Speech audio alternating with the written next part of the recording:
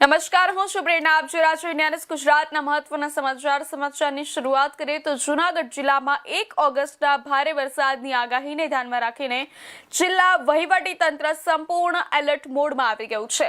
ત્યારે જિલ્લા કલેક્ટરે જણાવ્યું છે કે સંભવિત પરિસ્થિતિને પહોંચી વળવા માટે તમામ વિભાગો જરૂરી તૈયારીઓ સાથે સજ્જ છે અને સતત પરિસ્થિતિ પર નજર રાખવામાં આવી રહી છે. કલેક્ટરે નાગરિકોને અપીલ કરી છે કે ભારે વરસાદ દરમિયાન બિનજરૂરી બહાર ન નીકળે, ખાસ કરીને નીચાણવાળા વિસ્તારો, નદી કિનારા અને જોખમી સ્થળોથી દૂર રહે. કોઈ પણ આપત્તિજનક સ્થિતિ સર્જાય તો તાત્કાલિક વહીવટી તંત્રનો સંપર્ક કરવા પણ અનુરોધ કરવામાં આવ્યો છે. 31 જુલાઈની રાતથી 1 ઓગસ્ટની રાત સુધી ખાસ સાવચેતી રાખવા અને જરૂરી કામ સિવાય ઘરની બહાર ન નીકળવા જિલ્લા તંત્રએ અપીલ કરી છે. હું યોગેશ ચૌધરી, જિલ્લા કલેક્ટર જૂનાગઢ.